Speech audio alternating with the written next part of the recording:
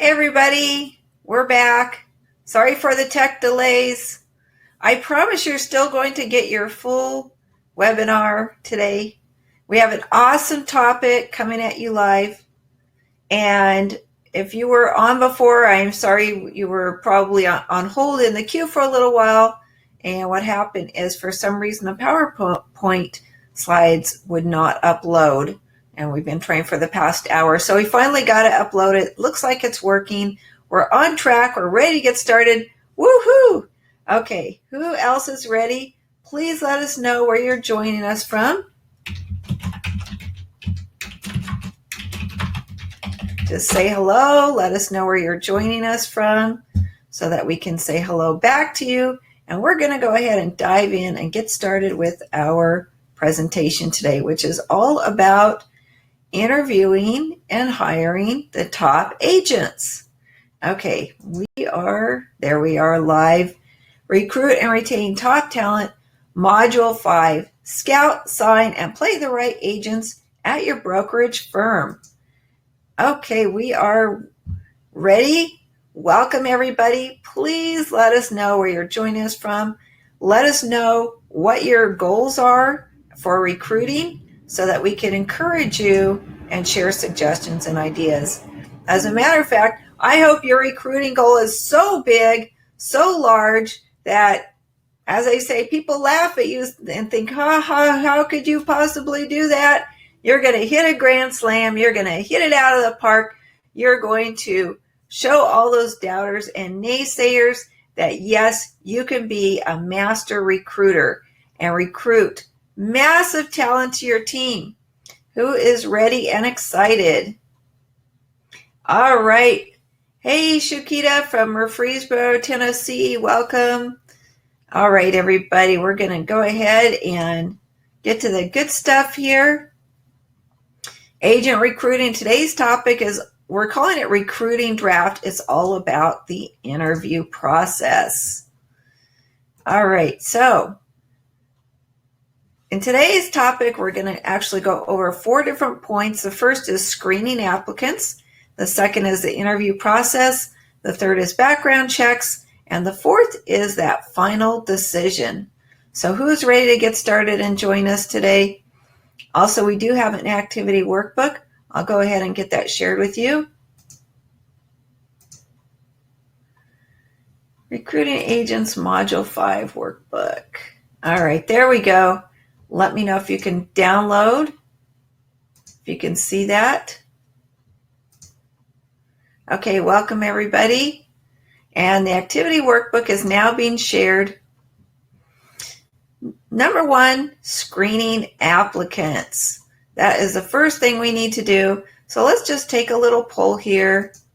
And the question is, do you have job descriptions for your agents? And the answers are A, yes, based on the listing contract and the buyer rep contract, or B, no, we don't have job descriptions since they're all independent, or C, I haven't thought about it yet. Now, we don't have a poll up, so just go ahead and type your answer into the chat bar and let us know about job descriptions for your agents. Now, I know some of you are sitting back and saying, they're not employees. How could you possibly have job descriptions? Doesn't that make them employees? So let's answer that. Now, first of all, if you have an agent who's representing your brokerage and they go on a listing appointment, on the listing appointment, they have a listing agreement, a contract. In the contract, isn't it true that they have specific job duties? So according to the law, they have a fiduciary duty. According to the contract, they have specific duties that they need to uphold. So representing your brokerage, when you say that there are some specific duties that need to be fulfilled according to the contract, and that would be true whether they're an independent contractor or an employee. It's the same thing with the buyer rep agreement. When they go and they meet with a buyer, they're representing your brokerage and they're committing your brokerage to certain contractual duties. So shouldn't that be part of their job description, that they have to fulfill those duties as listed in the listing agreement and the buyer rep contract. Okay, so that's my only point. Okay, we have an answer. Shakita said, B, you don't have job descriptions yet, but that is something to think about because it helps set the expectation. How could you have an agent that lives up to an expectation when you haven't told them what your expectation is, right? Okay, so now the screening process. We're going to go through 4 points in the screening process: the value alignment, the production, geographic area, and the profile fit. So the first is our value alignment. It's so important to know what our company's values are, and we did that way at the beginning when we set up our company, right? And then once we know what those values are, to determine if we have a shared vision with the agent we're interviewing. In other words, does our vision align with their vision, or does their vision align with ours? Should be more of the right way to say it, right? What about their attitude, their mindset, their culture? Is it the right fit for our brokerage? Now, if not, or if you're unsure, I would suggest postponing that hiring or deciding not to hire the agent. And the reason is because once you hire an agent who conflicts with your values, you'll have nothing but problems, and you'll have to let them go. Unfortunately, it might be after they've caused problems at your company, created chaos, or compromised your integrity, or even put your brokerage into a risky situation. So it all begins with the value alignment. Next is the production. So if their production doesn't meet your requirements, you maybe have second doubts about hiring that agent. So production doesn't mean that they have to be the top producer, but it means that they need to be within the level that's acceptable to your brokerage. And how do you find that out? Do you look in the MLS? Definitely, I would definitely advise you to pull those MLS stats. There are other sources as well where you can pull statistics for your MLS. There are recruiting sites. There are specific production sites, and you can find out a little bit about those agents. Now that we're talking about MLS stats, okay, so I'm going to take a step back and say, but remember, not all production is included in the MLS. If they're working with a new home builder, if they're doing FSBOs, if they're working with investors who are flipping properties that are off market, those are all things that might not be included in the MLS statistics. So remember, there might, another thing too, yes, they might be in an MLS nearby and not in your MLS that you're pulling the data from. So yeah, again, remember, MLS stats are important, but they might not tell the whole picture, so be sure to talk with the agent and get the whole picture. As a matter of fact, we have a form for them to fill out, which we'll share with you in a bit. So I would want to look at this year's production and then go back as many years as I could, at least 2 to 3 years, because that gives you a history, and the history creates a trend. So say, for example, the agent that you're looking at has closed 20 transactions last year, which you think, okay, well, they're a medium producer. This is somebody I would love to have. But then you go back and you look at their trend, and they just got their license 3 years ago, and every year they've doubled production, 5 and then 10 and then 20. So this would be an agent you'd want to invest in, because next year it would be 40, and then the year after that 80, right, if they're doubling every year. Whereas if they're at 20 now, and you went back and saw, well, last year they were at 30, the year before they were at 40, well, now the trend is actually downward. So is the agent going to produce 10 next year and then 0 the year after? So that's why it's helpful to look at the trend and make a sort of a projection. And does this agent meet your preferred agent target? In other words, is this somebody that you can envision fitting into your production schedule at your brokerage? Is this somebody that is going to be a top producer, or if not, maybe a steady producer maybe not always at the top, but some steady and somebody you can count on? Or will this be an agent that is just, doing referrals every once in a while and not really making very many sales?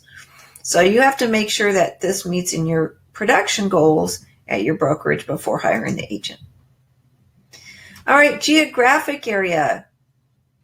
Now let's look at the agent's knowledge and customer base in their preferred geographic area. Is this an area that you currently cover, or will you have to join a new MLS, and can we expand to this area?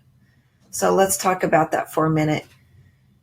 If the agent is in a geographic area that's in the area you currently cover, woohoo, we're good. But what if the agent's in a different area that you don't currently cover?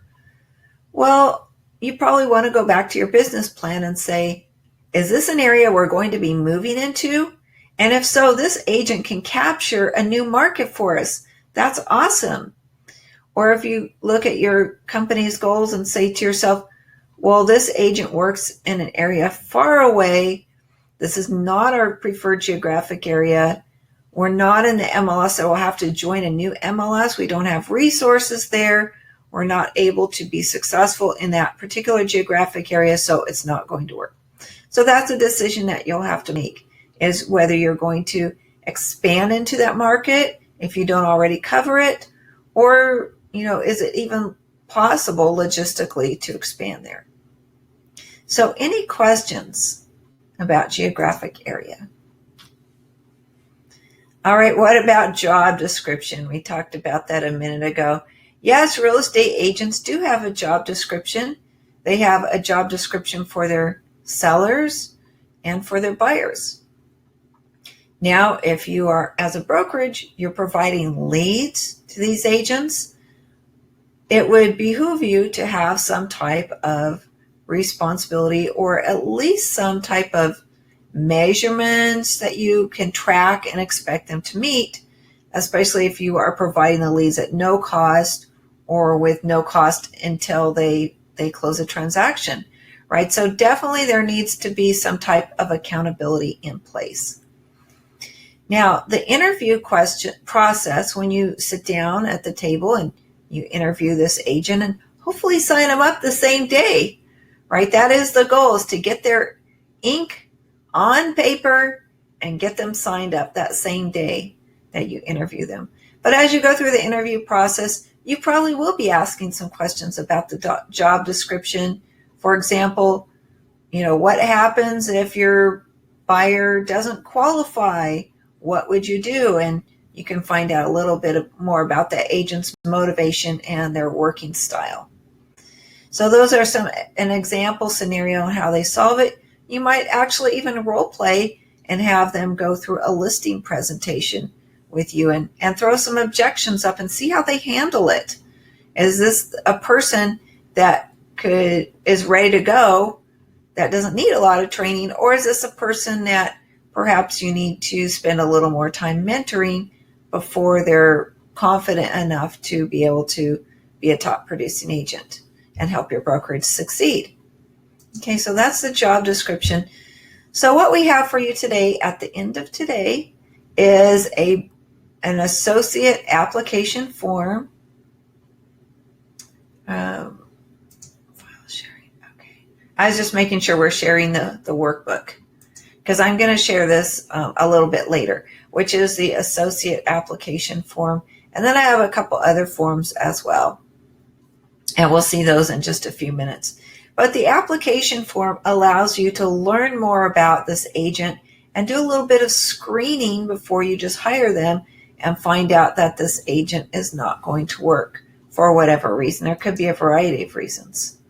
And then, of course, you're going to need your W-9 for those independent contractors. They're going to fill that out. And then you need an independent contractor agreement. Now I have in the screen here, you can see that we have a sample form. This is from California, the CAR form. Notice that CAR has 3 different versions of the independent contractor agreement.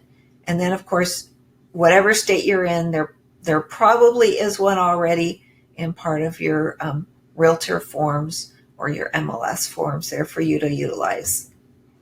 So again, these are 2 forms that you're going to want to bring to the interview.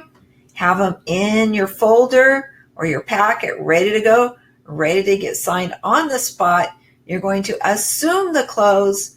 And yes, you do have to go through the interview process, but it's not just about screening the agent. It's also about selling your company, selling the brokerage, and getting them to sign right then and there on the spot. Another thing you'll want to do with your prospective new agents is to verify their transactions.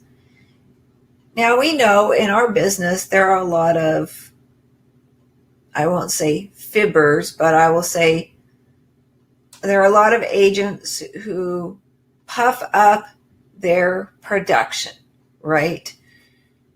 I think I was sharing with you or someone else, there was one of my neighbors that hired a real estate agent, and the agent didn't work out too well. And I asked her, why did you hire that agent? She said, oh, she's the top in her area. She's a top seller.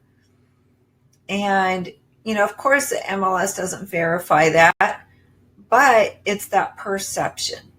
So because there is that perception of wanting to be the top and every agent thinks they're the top, now it's time for you as a brokerage to really break it down and find out what the truth is. So you find that out with a couple of different forms. There's 2 forms. We'll give you more information about the forms at the end as a bonus, but just be aware that the first form asks them for any active listings in progress. That lets you know, number 1, how well they're doing, and number 2, it lets you know, are these transactions that their current brokerage is going to allow them to bring over to us, or is this something that, they're going to keep at their other brokerage and come over when their transactions are closed. And the second form is closed transactions. This allows you to determine their level and placement at your company by knowing how many transactions they've closed in their lifetime. So say, for example, they've closed, 3 transactions in their lifetime, or they've closed 30, or they've closed 300. They can give you an MLS printout or whatever of their transactions. So you have an idea of if they're really a top selling agent, right, and where that statistic is coming from. Any questions? Okay, we're going to dive into the second area, which is the interview process. This is where you sit down with the agent, and your goal again is to learn more about them. Their goal is to learn about you. And if you're liking what you're hearing, you're going to get them to sign up with your company on the spot and welcome them as a new agent. So at your company, who conducts agent interviews?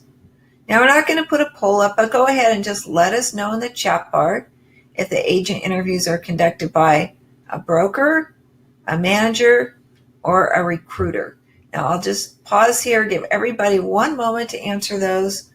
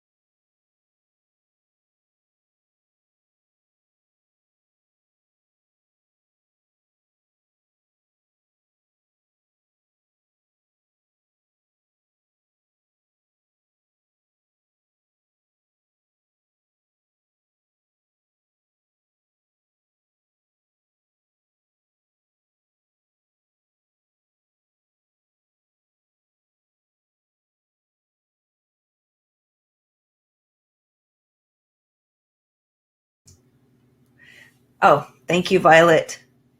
All right, so Violet and Shakita both said A. The broker conducts the agent interviews, which is great.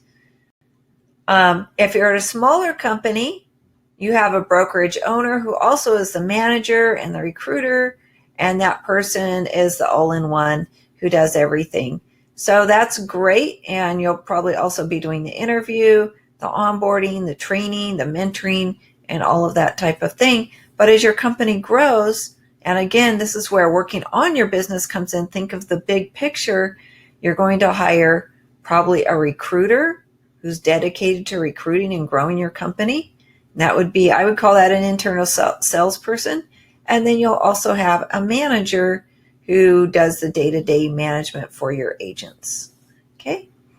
All right. Awesome. Agent interviews. Now let's talk a little bit about conducting interviews. So it starts with the discovery process, and everything revolves around the discovery. We're discovering what the agents want, what they need, and we're sharing information about our company as well. So it'll start with a sequence of questions, and there'll be certain responses or a way that you can respond. And the goal is really to show your value of your brokerage, overcome objections, and then get them to sign, right? Put pen to paper and get that W-9 and that ICA, independent contractor agreement, get them signed on the spot. All right, so the discovery process, as we said, it's a mutual interview, and you're going to be building rapport with that agent. You'll be exchanging goals and determining whether your vision and their vision align. And that's one of the important things that will determine the future success of that agent at your company. And then assume the close. Always assume, especially if it's an agent you like, that the agent will be joining you today. So instead of talking about if you join your company, you're talking about when you join our company, or better yet, since you're joining our company, right? Assume the close. And of course, you want to sign the contract now, sign the independent contractor agreement. Now remember, when they sign, it is subject to verification because you'll probably be doing some kind of verification of references or background check. But if you have it signed, at least you don't have to circle back and ask them to sign later. Now they're excited and you can do your background check and stuff.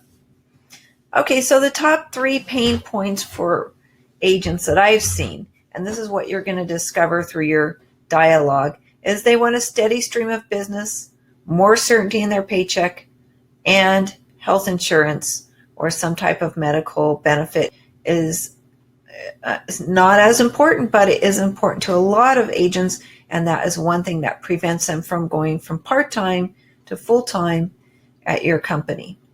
So these are some of the pain points I discovered in interviews with agents over the years, and these might be things that you discover as well in that process.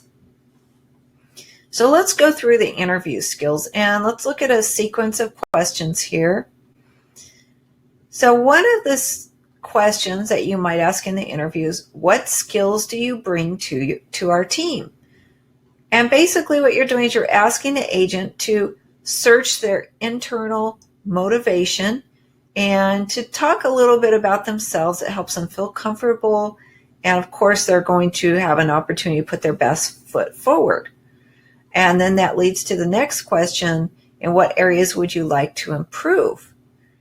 And this is again another opportunity for an agent to do a little self-reflection and also let you know if they are really in tune with their strengths and weaknesses, and if they're working on it or would like to work on them. Okay, so this lets you know a little bit about their willingness and their humbleness and also self-awareness. And another great question is, where do you see your career in 5 years? This is one of those great questions that will really help you determine if this person is a good fit. Now, there might be some agents who think, oh, I'm going to kill it. I'm going to make a million. In 5 years, I'll be at 5 billion. And that's great, although it's probably not realistic for most people. I mean, that is a good goal. But it might be that they have 1 foot in and 1 foot out of real estate. And if so, it would be your job to sort of peel off the layers of the onion and to discover if this is really a part-time gig to get them from point A to point B in their life. And if so, is this going to be an agent that's really and truly committed? Are they going to attend education? Are they going to follow the law and be in compliance and things like that? So anyway, great questions. Make sure you have a list so that you can ask each agent the same question and be fair across the board. We don't want to be accused of discriminating by asking discriminatory questions or by asking one set of questions to one applicant and another set to a different set of questions to the other applicants. When you respond during the interview process, you want to make sure that you care and you show concern and that it's authentic and genuine. Agents and people will know if you are really coming from an attitude of caring about them or whether you're just viewing the agent as, an end to a means. In other words, this is just another person who can make money for us and we don't care about them. If you have that attitude, which I know none of you do, but if somebody were to have that attitude, I think it would really show through and the agent would know that you're not genuine. Another thing is to make sure that you answer each of their questions. And then when you do, that's an opportunity for you to ask a question and to ask the right type of questions. I think of it sort of like a ping pong game or tennis, is that, you ask a question, they answer it, and then they ask you a question, you answer that, and then you ask them a question. And it allows you the opportunity to direct the conversation, even though they have their foot on the brake or the accelerator to go fast or slow. You have your hands on the wheel and you are steering that conversation in the way that you want it to go, which is, of course, finding out about the agent, determining if they're qualified, and getting them to join today with your brokerage. It's important to always gauge the body language of what the agent is saying to you. Are they excited and passionate? Or is this the person who's kind of tuning you out and they're actually even, texting on their phone as you're talking? So it's really important to know their level of interest. And last but not least, smile, laugh, be relaxed, right? Don't be pushy. We all know that we're all in sales. But when you come from a place of really genuinely caring about people, they'll know it. Showing value is very important. There are things that they like about your current company, not your current company, but there are things they like about their current company. They will share that with you, and you can say, yes, we do that as well, and we also do blah, blah, blah. So if their current company provides, this type of technology and it helps them be successful, you can say, oh, yes, we provide, for example, CRM for our agents as well. And in addition, our CRM has the ability to text and video, and it has campaigns that you can follow up. Okay. And then also, as we said before, discover each of their pain points and provide a solution for that.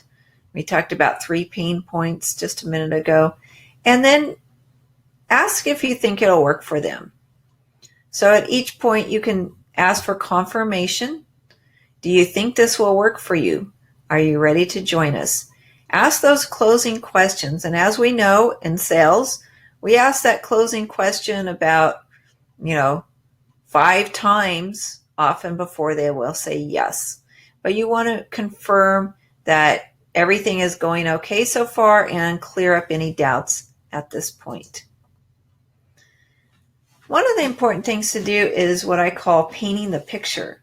So that's where you show what their life could be like if they join your brokerage.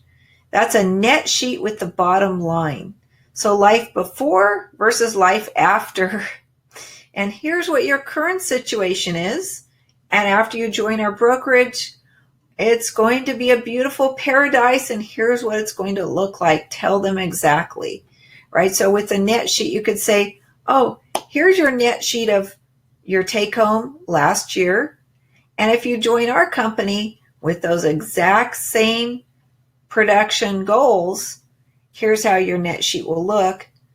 And look at the bottom line is even more than with your current brokerage. And not only that, but we're going to work with you one-on-one. We're going to coach you. We're going to mentor you. We're going to offer training. We're going to offer leads and technology to help you increase and have even more production. And here's what your sales could look like at the end of next year of joining our brokerage, right? So you want to focus on where they're going to be in the future and how nice it looks, not where they are now, which we're going to call it Pain Island. But Pain Island is their current brokerage, and there's obviously something missing or something they're not happy about, which is why they're looking to move. And we're painting this picture of something beautiful. We're calling it Pleasure Island. So set a goal planning session of, say, okay, today you're going to join, and then tomorrow and the next day we're going to spend an hour each day with our goal planning session to help you get to this bottom line that we're showing you and make your life beautiful and fabulous, right? It's important to overcome objections, and you can do that by asking for more information, right? And basically that's what somebody's doing when they're talking to you with an objection, is they're asking for more information. So it's okay to share, tell third-party stories, and show examples.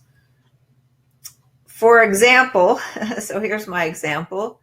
They might say, oh, I have a transaction currently in progress, and I'm not sure if I want to come over right now because I want to wait till I close and get my commission. So you could tell a third-party story about Jackie, who came to your brokerage last month or last year, and about her transactions and how she either successfully brought them over or you worked with her brokerage to make sure she got paid on those, etc., and show some examples. The one thing you don't want to do is to act desperate, because people can feel that desperation. Be calm, peaceful, relaxed, happy, and the last tip is do a takeaway. We know what that takeaway is, right? The takeaway is when you offer something and then you pull it back. So for example, if the agent said, well, I'm really not ready. I don't know if I'm ready to join today because I haven't committed yet. And you could remove the opportunity from them and say, well, we only have 3 spots for mentorship this month. We've already filled 2 of them. And if you're not sure about this, that's no problem. We have somebody else that we're going to be interviewing tomorrow, and we will offer him that opportunity. But don't worry, we'll still be around later if you want to talk to us later. But, this opportunity for our one-to-one mentoring, our $1,000 program for free or whatever you're offering won't be there anymore. So that's takeaway. You offer something and take it back, and that creates a sense of urgency. Number 3 is the background check. So now we have another little poll here.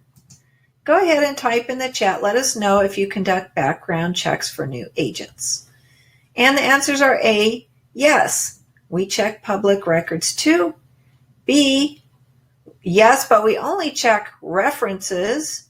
And C, no, we don't do any background checks. So there's no right answer, but I will show you why A or B could be good answers as we go along here.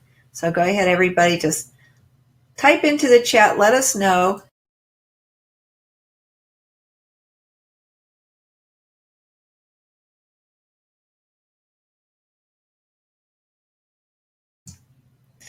Okay, awesome. I see an A coming in there. We've checked the public records too, which is not a bad idea, right? You definitely don't want to have an agent that you hire and then you find out later maybe this wasn't a good idea because there were things in your background that could have told you that. Okay, and then we have a C coming in. So what is the purpose of a background check? Well, first of all, you want to verify the facts that, as stated. As we just acknowledged a minute ago, real estate agents are great at sales. They're great at promoting themselves. And you really don't know the true facts in the big picture until you verify that and do some of your due diligence research on that person. It also will help you minimize the risk for your brokerage and, more importantly, avoid bigger problems later. Now, not everything that an agent does that turns out to be a problem can be discovered through a background check, but many can. So that's why you might want to incorporate that as part of your hiring process. So the areas you could verify would be previous employers and brokers, which is just as simple usually as calling them or maybe sending an email. The state licensing, realtor association, credit report, yes or no. We'll find out why, and whether or not a criminal record check and other types of references.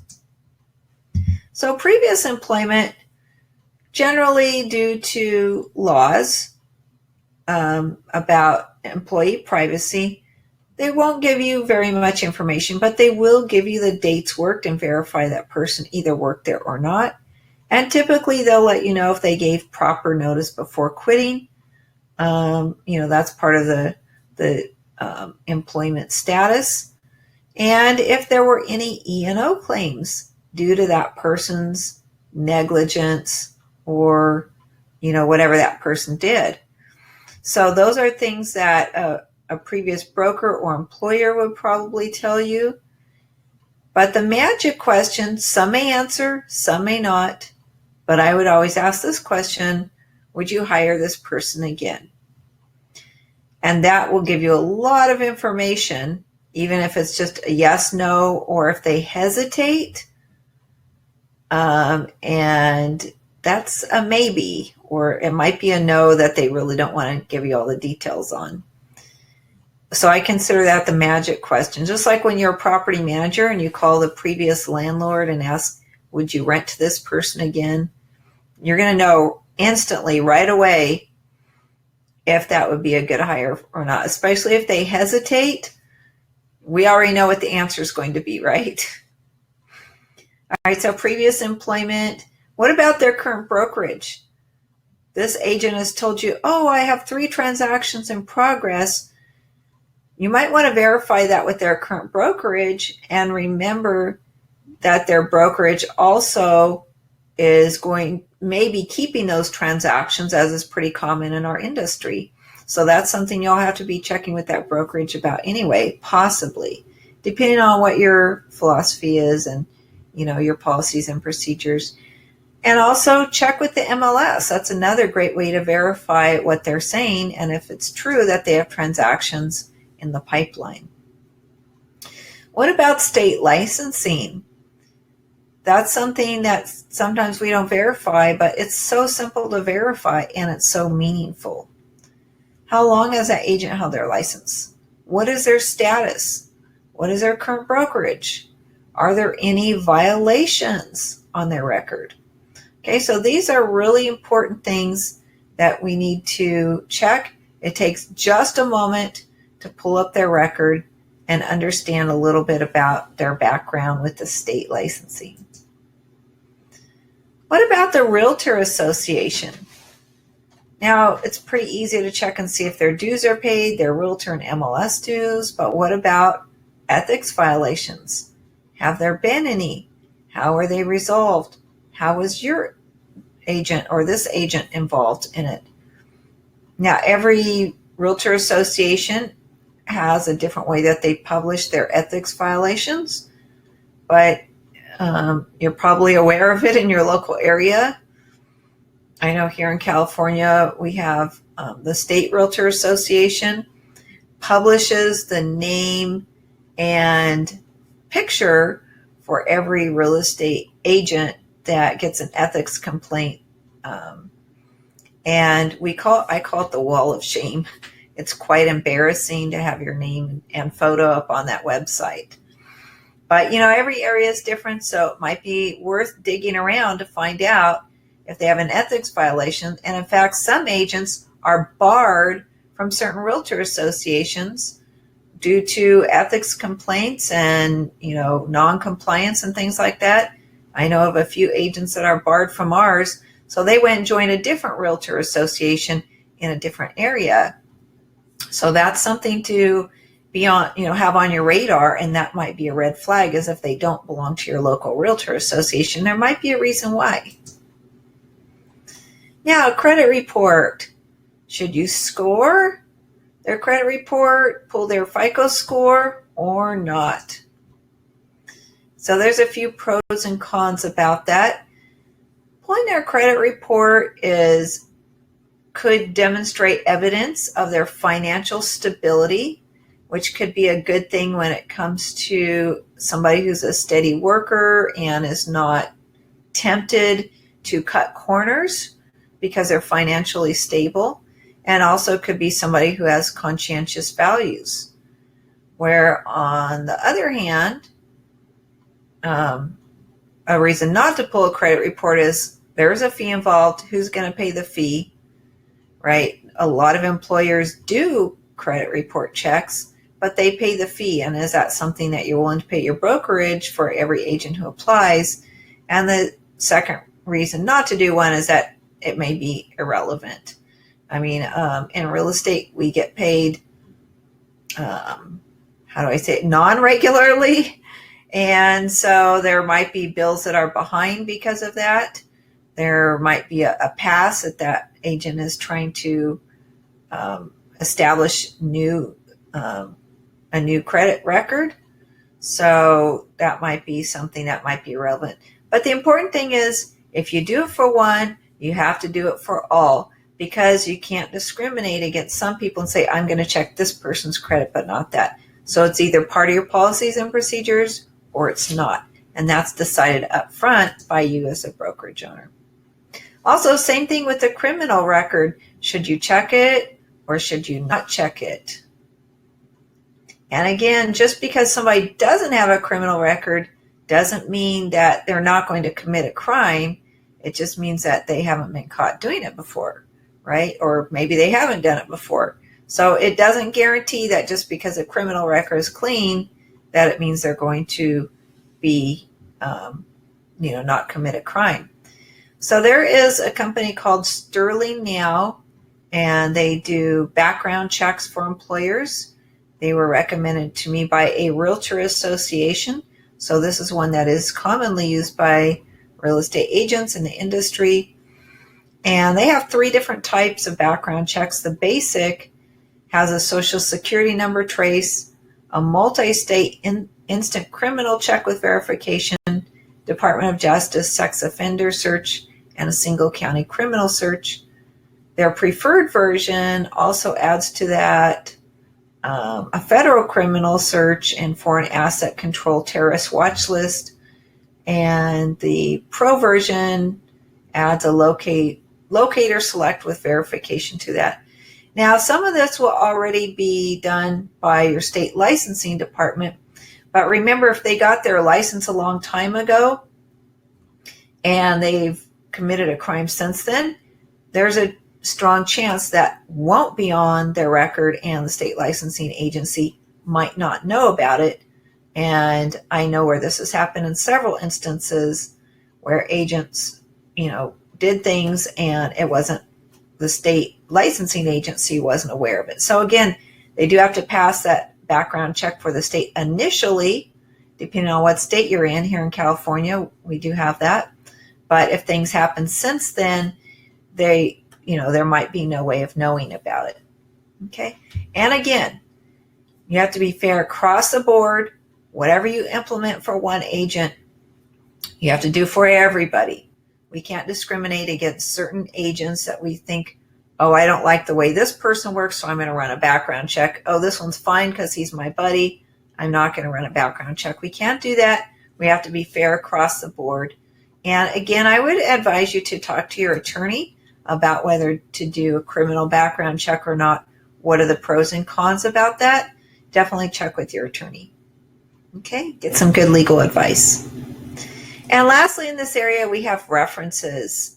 It's important to talk to previous employers, colleagues, leaders, find out the reputation of this person that you're about to hire, and make sure that everybody is comfortable with this person as an employee or an agent, an independent contractor, before you make that switch. Oh, this is what I just said a minute ago. Legal compliance. Remember, always follow state and federal laws. Never discriminate against anyone for any reason, and let your attorney review and approve all the documents. How many of us know it's great to have a good attorney in our corner? All right, we're on the last section now, which is the final decision. So, on the final decision, you're going to contact the agent. And this is assuming that you're contacting them later, or you could actually do it right there in the office while you're interviewing them. If you're going to offer them the job, if you're not going to offer them the job, or if perhaps they reject it, you offer it and they reject it. So that's sort of an unknown factor. So the first thing is to say, congratulations, welcome to the team. Woohoo! Have a lot of positive energy. Be open and welcoming. Have high energy. Be excited. Always assume the close. Let them know there are some logistics and some next steps, some onboarding they have to do, and get that process started while everybody's still on that emotional high of being excited and, the great things that are going to happen together. Be sure to show gratitude and compliment the agents, and let them know that you appreciate them, and speak to them as a person who is, caring about their job, and you care about them doing their job. But what if, on the other hand, the applicant declines the brokerage? What if you offer them the job and they say, no, thank you, or not right now? So I suggest your attitude should be surprise and disappointment. And the reason is because you should be surprised because you had expected this agent to join you, right? You don't just say, oh, okay, whatever. But you want to express, oh, I'm really bummed out because I was so excited about you coming into our brokerage. What made you change your mind? You want to find out what's going on and have that opportunity to overcome obstacles. And let them know whatever their decision is, you respect their decision. You want the best for them. If, for example, they say, my husband has another job offer in another state, and we're looking at moving out of state, or, my mom has cancer. I want to go spend time with her right now. So you want the best for them, but always leave that door open for the future and let them know if you change your mind, we're here, we're ready for you, and sort of create that sense of urgency. But how do we break bad news? Well, we have to be direct, begin with the reason why. And this is when an agent decides, when we decide to not hire an agent, right? So be kind and tactful, show appreciation, and have a sincere tone. So let's take a look at an example of that.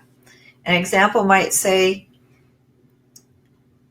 John, we thank you for applying to our brokerage as an agent, but we decided that we don't think your values will align with our values.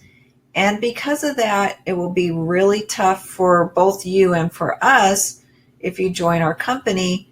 And we don't want to be, in a position where we're butting heads. So we think it's better that you find a better fit elsewhere and where you can be more successful and somebody that really appreciates all of the skills that you're bringing to the table, and they can work with you a little more than the resources that we have allow us to work with you.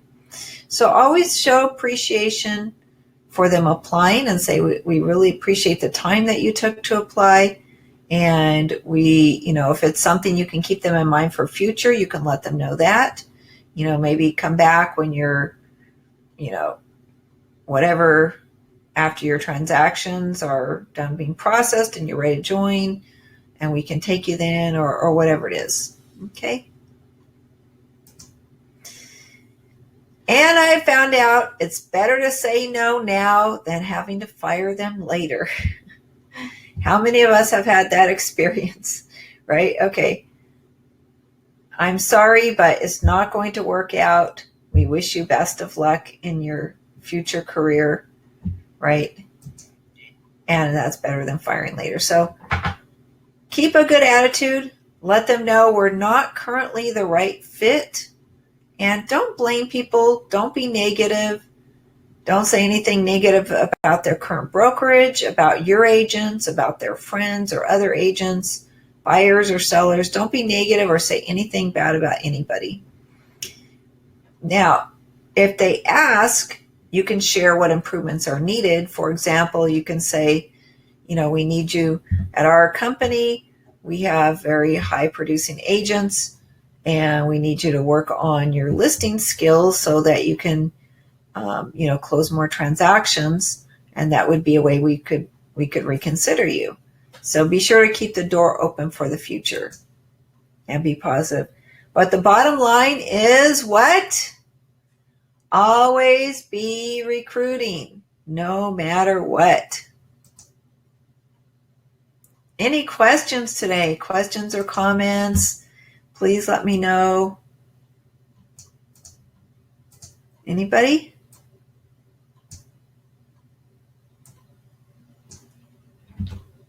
Okay, I don't see any. We're going to keep going here. Our gift for you today is, we have some forms here. We're going to stop sharing the workbook. We have an agent employment application. So that is being shared with you right now. The agent application form. So let me know if you got that there. You can download it. Let's see. There it is. It looks like that. The employment application form. Of course, you're going to add your logo. You're going to add your brokerage name. You're going to customize it to your company based on your policies and procedures. You're going to have your attorney take a look at it and get his or her stamp of approval. Did everybody get a chance to download that?